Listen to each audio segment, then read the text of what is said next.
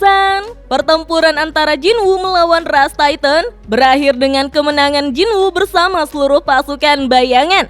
Secara tragis, pemimpin ras Titan tewas dibunuh oleh Bellion, lalu tubuhnya menjadi santapan naga. Jinwoo yang mengalahkan ras Titan membuat kehebohan di Gedung Putih Amerika Serikat.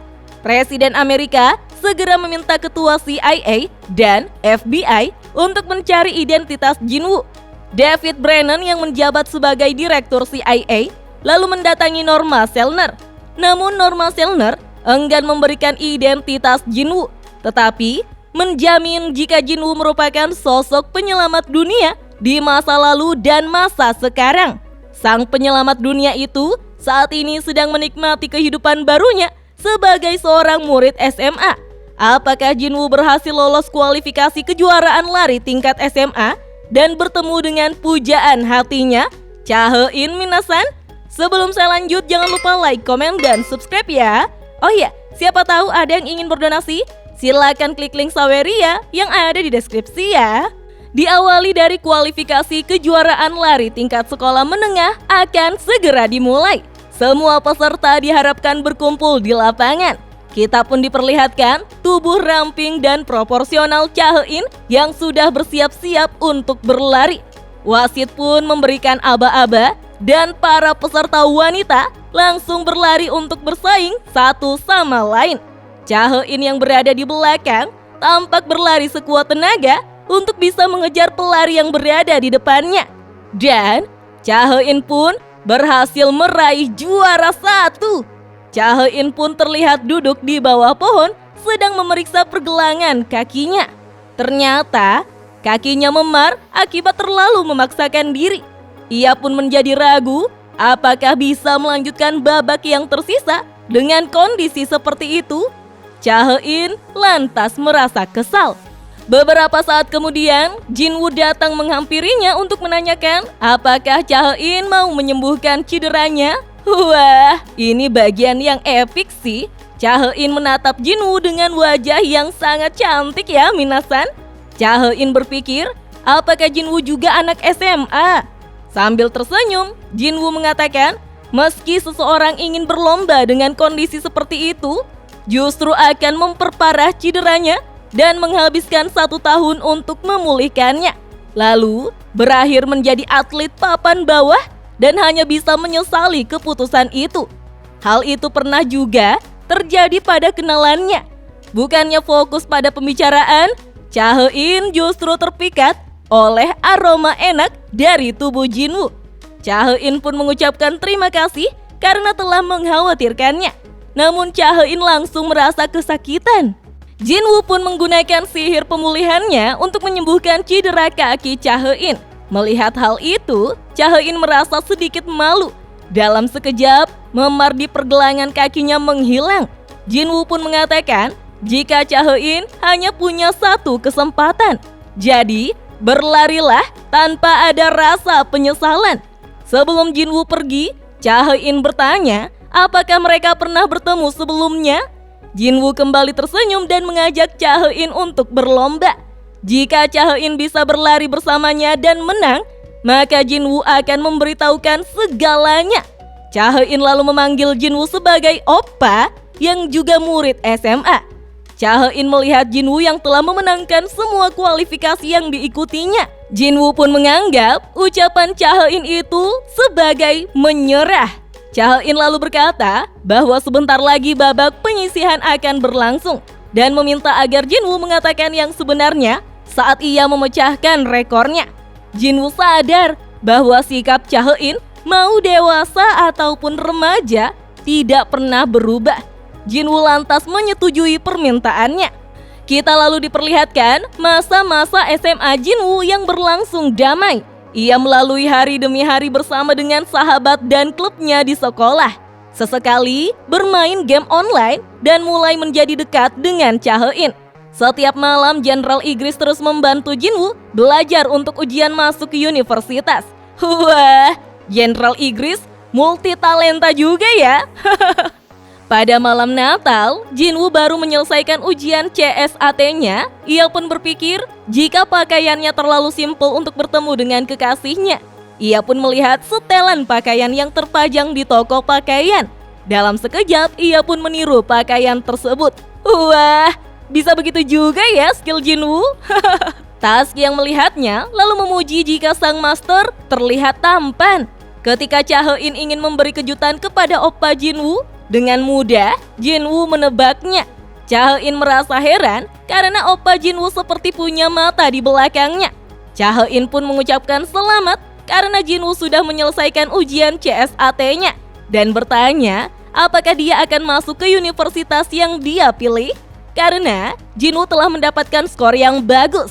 Tapi kenapa Jinwoo bersikeras untuk melanjutkan ke universitas itu? Jinwoo menjelaskan jika beasiswa penuh dan kesempatan untuk belajar ke luar negeri itu cuma nilai tambah. Terlebih lagi, ada seseorang yang harus ia temui di sana. Mendengar itu, Cha He-in menjadi cemburu, mengira jika ada wanita yang ingin Oppa Jinwoo temui di sana. Tapi Jinwoo hanya menjawab, entahlah. Membuat Cha He-in cemberut karena kesal. Lalu mengingatkan Jinwoo tentang janjinya. Jinwoo menanyakan, janji apa? Cha He-in mengatakan, janji agar Jinwoo mengatakan segalanya kalau Cha He-in menang lomba lari. Rupanya, Jinwoo masih mengingat janjinya itu. Cha He-in pun mengajak Jinwoo untuk taruhan siapa yang mencapai pohon Natal akan menang. Jinwoo menanyakan sebenarnya apa yang ingin Cha He-in ketahui sampai segitunya. Cha He-in menjawab semuanya. Seperti apa yang terkadang Jinwoo pikirkan atau siapa orang yang ingin Jinwoo temui di universitas itu. Dan apakah mereka pernah bertemu sebelum kualifikasi itu? Sontak Jinwoo pun terkejut. Sambil tersenyum, ia pun menyetujui permintaan Cha He-in. Cha He-in lalu membuka syalnya dan memasangkan ke leher Oppa Jinwoo sambil berkata, jika Jinwoo memang benar menyukainya, maka ia tidak boleh bergerak dari tempat itu. Wah, sekelas Shadow Monarch pun tidak mampu berkutik di hadapan Cha He-in ya. Para komandan Shadow Army tertawa meledek sang master yang kalah taruhan. Beru yang polos meminta agar rajanya segera mengejar Cha He-in sebelum terlambat. Cha He-in pun terus berlari menuju ke pohon Natal. Melihat punggung Cha He-in berlari dengan semangat, membuat Jinwoo merasa bahagia dan kembali mengingat semua momen ketika ia bertemu dengan Cha He-in di masa lalu. Di saat Cha He-in mengutarakan isi hatinya, ketika Cha He-in berjuang hingga terluka demi menyelamatkannya, di saat mereka berdua menikmati kebersamaan terbang menaiki kaisel dan melihat gugusan bintang di malam hari, serta janji mereka untuk bertemu apapun yang terjadi. Cha He-in pun berhasil berlari sampai ke pohon Natal. Jinwoo pun tersenyum dan meminta agar seluruh Shadow Army-nya untuk menutup matanya. Lucunya, semuanya pada nurut loh. Jinwoo pun lantas berjalan menghampiri Cha He-in dan ciuman di malam Natal membuat malam itu menjadi hal yang tidak akan pernah mereka lupakan selamanya. Di alam peristirahatan Realm of Rest, seluruh Shadow Army dan para jenderal tinggal di tempat itu. Seekor naga penghancur menyapa Tas dengan mengucapkan selamat pagi. Tas pun membalas dengan ramah, tetapi di alam bayangan tidak ada bedanya antara malam dan siang. Beru kemudian datang membawa sebuah jubah, lalu mereka berdua saling menyapa. Tas terlihat senang melihat kedatangan Beru dan menanyakan kabarnya. Beru menjawab, luar biasa. Sang raja beberapa waktu lalu menggunakan jaket bertudung yang menyerupai jubah dan memberikan jubah itu kepada Tas. Menerima hadiah dari Beru membuat Tas merasa sangat bahagia dan bingung untuk membalas kebaikan Komandan Beru. Sambil tertawa, Beru menyebut jika ia sangat mengetahui keinginan dari Jenderal Tas yang mau menjadi seperti tuan mereka. Dengan tersenyum, Tas merasa senang memakai jubah milik Jinwoo karena semua Shadow penyihir ingin menggunakan jubah itu. Beru yang tertawa mengusulkan agar orbnya lebih bagus dipasangkan pada tongkat daripada membawanya seperti itu. Tas pun menyetujui ide itu. Ia lalu mempercayakan orb untuk dipasangkan ke tongkat kepada dwarf berjanggut yang pandai membuat sebuah tongkat dari kayu. Dwarf pun menyetujui karena hati mereka juga bahagia jika diberi kesempatan untuk menggunakan kayu suci yang dianugerahkan oleh raja mereka. Nah, itu merupakan alam peristirahatan, memuat hampir 10 juta tentara. Alam itu sangatlah luas, hampir tidak memiliki batas. Tentara-tentara itu saling membantu dalam latihan. Wilayahnya terdiri dari area pelatihan militer Belion, daerah bekas player, Devil Castle, pusat bermain kreator sistem pelatihan player, zona karantina dwarf berjanggut, medan perang Ashbourne, sarang semut, aset tambang, area pelatihan sihir, area istirahat, dan zona umum. Prajurit Shadow terhubung dengan roh tuannya. Semakin kuat tuannya, maka semakin kuat pula Shadow miliknya. Dengan kata lain, prajurit itu awalnya menginginkan kehancuran, tetapi saat ini bertahap mempelajari sifat manusia, memahami berbagai emosi manusia, mengisi pikiran mereka dengan pengetahuan baru. Itu merupakan pembelajaran yang menyegarkan untuk mereka. Belion terus berusaha mengajarkan kedisiplinan kepada para kolosal. Igris mengajarkan akademisi kepada para infanteri yang justru tertidur di kelasnya. Ada pula Shadow yang sedang berlatih, sedang berteriak, bahkan saling berselisih hingga meninggikan suara mereka. Tiap dari mereka tidak ada yang dilahirkan, namun mereka hidup dengan caranya masing-masing di alam itu. Mereka sangat berterima kasih kepada Sang Master karena telah mengundangnya ke dunia baru yang bahkan belum pernah ia bayangkan sebelumnya. Dan mereka sangat menyukai dan menghormati Sang Master. Tusk merasa sangat senang melihat tongkat barunya berbentuk kepala naga telah selesai dibuat. Dwarf menyebut jika kata keren mungkin lebih cocok untuk jubah yang Jenderal Tusk kenakan dibandingkan tongkat itu. Dengan tampilan barunya, Tusk berkata bahwa dwarf sepertinya sedikit memahami tentang fashion. Para kolosal datang karena diperintahkan oleh Belion. Tusk pun mulai berpikir pasti ada rekrutan baru yang salah satu di antaranya adalah penyihir. Ia menyayangkan ada penyihir dengan ukuran tubuh sebesar itu. Tusk ingin menjelaskan pertarungan Master dengan Yongji di mana celah dimensi yang terhubung. Tusk akan menceritakan satu persatu pencapaian yang sudah ia lakukan. Ketika Tusk ingin menyombongkan dirinya, Komandan Igris datang menegurnya. Tusk pun tampak kesal dan marah karena ada yang berani-berani mengejeknya saat sedang memamerkan jubahnya yang mirip seperti Sang Master. Mengetahui jika orang itu adalah Komandan Igris, Tusk segera mengatakan jika ia mencintai dan menghormati Sang Master. Mendengar itu, Igris pun berterima kasih atas kesetiaannya. Tusk yang salah tingkah lalu menanyakan kenapa Komandan Igris datang menemuinya. Igris menjelaskan jika kedatangannya untuk memperlihatkan kejadian yang akan membuat semua prajurit umum ataupun elit akan bersorak-sorai. Betapa terkejutnya Tusk melihat Jinwoo bertemu dengan Chaein. Seluruh Shadow pun tampak senang dan bersorak-sorai melihat Sang Master. Namun Tusk terlihat sedih karena rencananya untuk menyombongkan diri gagal total.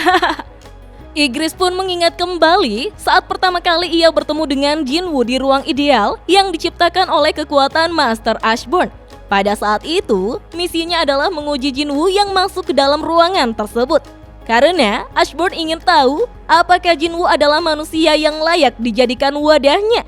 Igris menyadari jika itu adalah perintah terakhir yang Ashbourne berikan kepadanya dan akan menjadi perpisahan terakhirnya dengan Sang Master Ashbourne.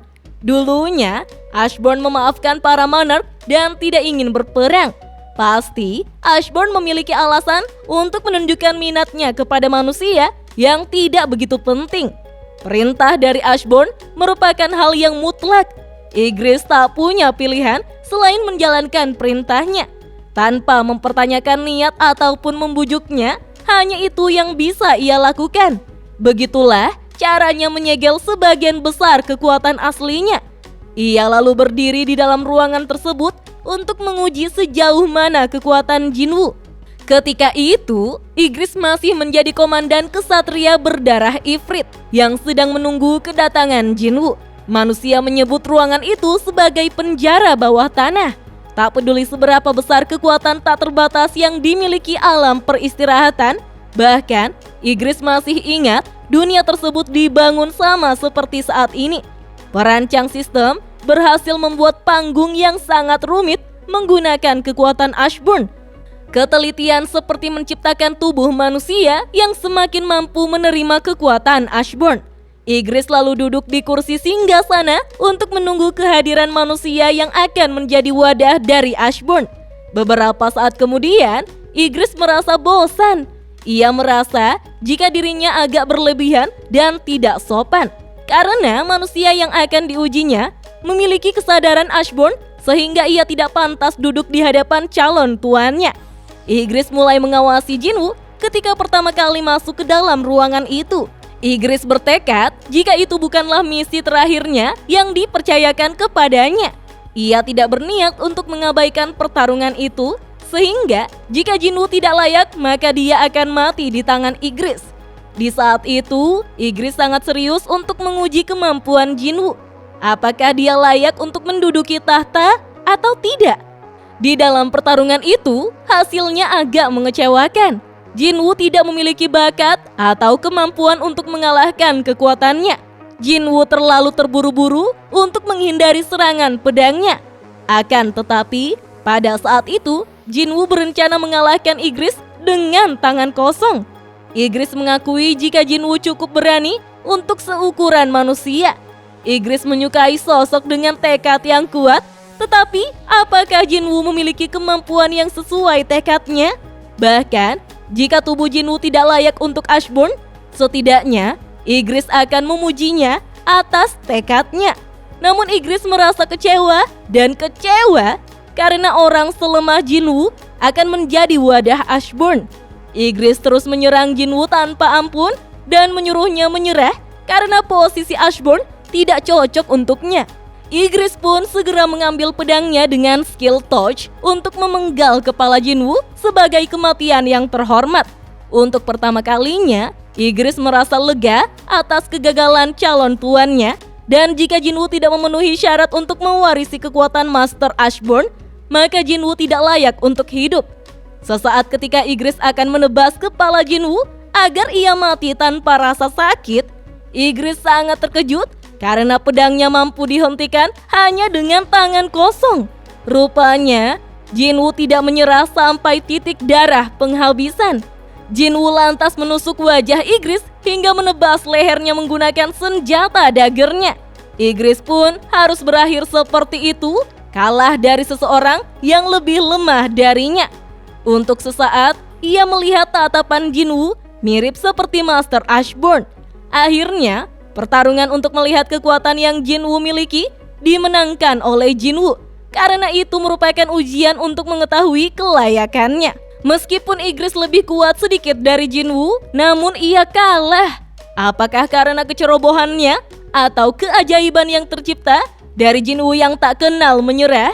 Ygritte tidak tahu apakah ia sebaiknya senang dikarenakan pilihan Ashburn itu tepat, sehingga ia dikalahkan oleh Jinwoo dan menyelamatkannya. Seringkali Ygritte merasa bersyukur atas niat baik yang ia rasakan dari Jinwoo. Baginya, Jinwoo adalah tuan, teman, dan juga rekannya. Ygritte telah menghadapi banyak pertarungan bersama Jinwoo, sehingga semakin dalam kesetiaannya kepada master barunya itu. Bahkan, setelah mengetahui bahwa kerinduannya kepada master sebelumnya mulai memudar, dan Ygritte perlahan menerima Jinwoo sebagai master yang baru. Kemudian kekuatannya menjadi semakin kuat setelah ditambahkan oleh pasukan asli Shadow Legion yang menunggu panggilannya dari dalam Rifts of Dimension. Bellion adalah rekan lamanya dan sekarang bergabung dengan Jinwoo. Namun, kesenangan bertemu dengan Bellion segera memudar karena Bellion mulai terpengaruh oleh rekan loyal nan ganas, di mana Bellion yang mengusulkan bendera hitam ditaruh di atas kastil. Begitupun ketika Bellion mengalahkan Beru, itu menjadi tontonan yang menarik. Jinwoo merasa Beru terlalu berlebihan membuat kastil dengan bendera hitam, sehingga Beru dan Bellion dihukum oleh sang master. Tak lama kemudian, keinginan mereka digunakan dalam pertarungan melawan Monarch. Jinwoo perlahan mulai bertambah kuat dan mereka juga semakin kuat. Pertarungan berlanjut, bahkan setelah mereka kembali sebelum cawan reinkarnasi, dan kemudian sekitar 30 tahun, semua musuh mereka dibantai dan hanya menyisakan Legion of Destruction. Sang naga bawahan Antares menyebut jika Ygritte merupakan salah satu sayap dari Shadow Army. Namun, ia mengikuti perintah Monarch yang dulunya adalah manusia biasa, sehingga itu sangat memalukan. Setelah membunuh monster itu, Ygritte sadar jika waktunya bersama dengan tuan barunya sangatlah berharga. Ia telah hidup dan sudah melupakan master sebelumnya. Ygritte pun tidak tahu pastinya sejak kapan master sebelumnya mulai menghilang dari benaknya. Apalagi setelah mendengar perkataan Jinwoo yang menyuruhnya untuk tidak terlalu dalam memikirkan masa lalunya. Ygritte paham jika ia tidak melupakan master lamanya. Terlihat dari Grit dan Iron yang tumpang tindih dengan waktu dan roh. Mereka melupakan semuanya dan menjalani kehidupan barunya yang normal. Sedangkan Ygritte masih berada di samping masternya. Perasaannya untuk Ashburn hanya terhubung oleh tuannya yang baru, yaitu Jinwoo. Ygritte adalah kesatria pedang milik sang master, salah satu sayap pemimpin Shadow Army. Ia akan terus berada di sisi Jinwoo untuk membantunya, karena Grand Marshal Bellion yang sebesar gunung, atau Komandan Beru yang hanyalah seekor serangga, tak penting seberapa pintarnya dia, hanya Ygritte lah yang lulus dari Night Academy dengan skor tertinggi, sehingga bisa membantu tuannya untuk mencapai tujuan barunya. Ia pun akan terus berjuang menjadi shadow terpintar demi sang master, karena Ygritte adalah kesatria bagi Jinwoo dan pedang bagi Jinwoo. Pertarungan Jinwoo akan menjadi pertarungannya juga, karena sang master sudah masuk ke dalam peperangan baru, sehingga hidup Ygritte bagi Jinwoo akan terus berlanjut lebih lama. Nah, minasan, apakah Ygritte dan shadow lain berhasil mewujudkan tujuan baru dari Jinwoo? Penasaran kan? Tonton terus video selanjutnya ya. Dah.